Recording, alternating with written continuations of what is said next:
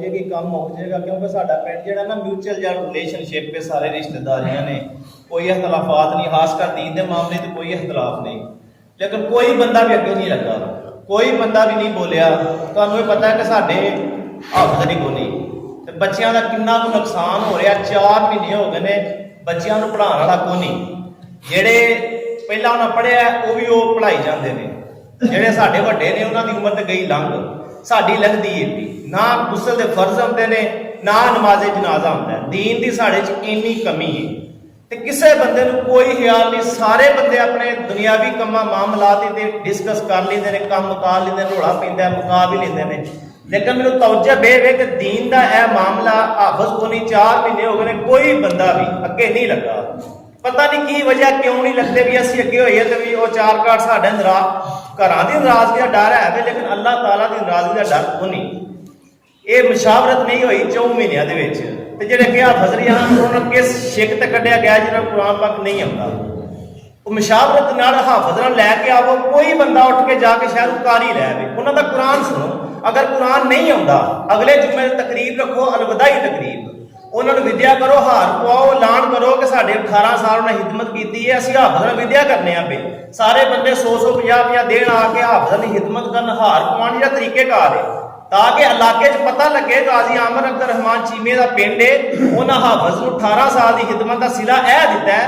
लेकिन उन्होंने मामला दीन नाल नहीं, उन्होंने कोई हिसाब लगा मैं भाव हाफिज़ लिया चाहते हैं, लेकिन उन्होंने हाफिज़ को घलिया किसी प्रोटोकॉल के नाल। यार इंज करके हाफिज़ नहीं उठ जा बैठे ने, साडी रेपुटेशन साडे पिंड दी की है दसो। असीं दुनियावी इख्तलाफात साइड ते रख के दीन नाल क्यों लैके आउंदे आ? कोई हाफिज़ साडे इस पिंड आके मसले पढ़ाएगा, कोई एक बंदा उठ के हाफिज़ लिया के बहाए, वो किहड़ा आवेगा हाफिज़?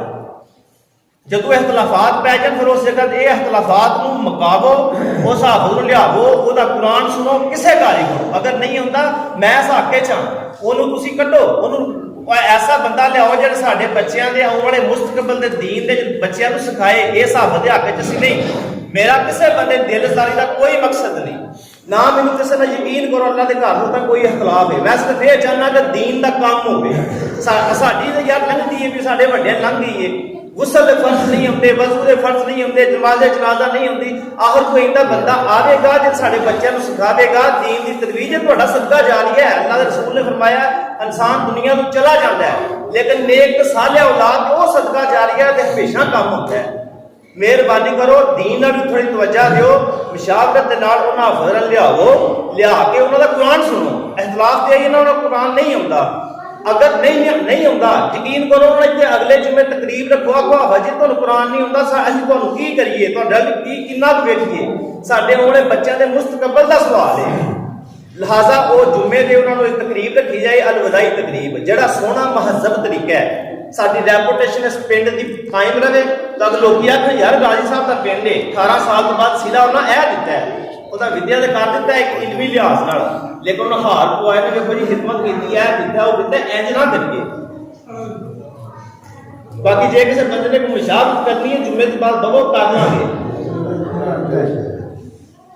कल का बच्चा जिन्हें इन्नी दूर देशी नाल गल की साडे पिंड च हाफिज़ का बच्चों को पढ़ाने का कोई सिलसिला नहीं सी।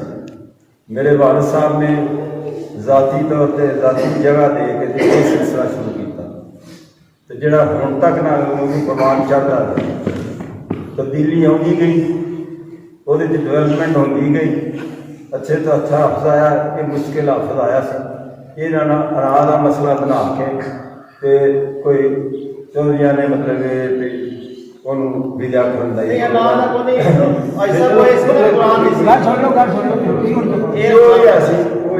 मुशावरत ना फिर माफ़ी भी मंगी उन्होंने उन्होंने पहला जी गल मैं पूरी तरह तयद करना, तो मैं चौधरिया भी माफ़ी मंगना, बरादरी नाल लैके जाके माफ़ी मंगने उन्होंने को जे इन्होंने कोई मतलब कुरान की मतलब कमी कोताही है जी, तो उस लिहाज नाल उन्होंने मौका दिता जाए जी, ये पूरी करो जी।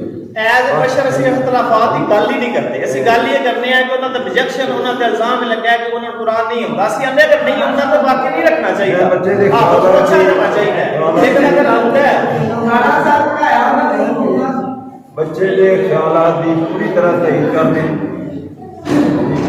ਤਾਮਨ ਕਰੋ ਪੂਰਾ। ਨਹੀਂ, ਇਹ ਸਾਡੀ ਪਿੰਡ ਦੀ ਆ ਰੈਪੂਟੇਸ਼ਨ ਵੀ, ਯਕੀਨ ਕਰੋ। ਅਸੀਂ ਅਗਰ ਹਾਫਿਜ਼ ਨੂੰ ਘੱਲਣਾ ਵੀ ਹੈ ਨਾ, ਅਸੀਂ ਉਹਨੂੰ ਕੁਰਾਨ ਨੂੰ ਨਹੀਂ ਹੁੰਦਾ, ਕਾਰੀ ਸੱਦ ਕੇ ਸੁਣ ਲੈਣੇ ਨਹੀਂ ਹੁੰਦਾ, ਅਸੀਂ ਆਪਣੇ ਬੱਚਿਆਂ ਨੂੰ ਵੇਖਣਾ, ਹਾਫਿਜ਼ ਨਹੀਂ ਵੇਖਣਾ।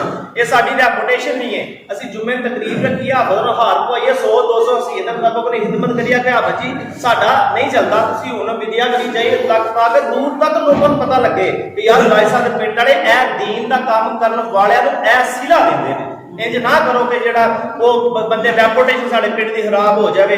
ਤੇ ਦੀਨ 'ਚ ਇਖਤਲਾਫ ਨਹੀਂ ਹੋਣਾ ਚਾਹੀਦਾ, ਮੈਂ ਇਹ ਸਮਝਦਾ ਹਾਂ। ਬਾਕੀ ਸਾਡਾ ਕਿਸੇ ਨਾਲ ਕੋਈ ਦਿਲ ਆਜ਼ਾਰੀ, ਮੇਰਾ ਕੋਈ ਮਕਸਦ ਨਹੀਂ ਕਿ ਦਿਲ ਆਜ਼ਾਰੀ ਕਰਨ ਦਾ, ਯਕੀਨ ਕਰੋ ਅੱਲਾਹ ਦੇ ਘਰ ਹੋਗਾ ਖਾਲਿਸਤਾਨ ਅੱਲਾਹ ਦੀ ਰਜ਼ਾ ਵਾਸਤੇ ਤੇ ਦੀਨ ਦੀ ਤਰਵੀਜ ਵਾਸਤੇ, ਔਰ ਮੇਰਾ ਕੋਈ ਬਿਲਕੁਲ ਮਕਸਦ ਨਹੀਂ। ਅਗਰ ਕਿਸੇ ਦੀ ਕੋਈ ਦਿਲ ਆਜ਼ਾਰੀ ਹੋਵੇ ਤੇ ਮਾਜ਼ਰਤ। अस्सलाम वालेकुम।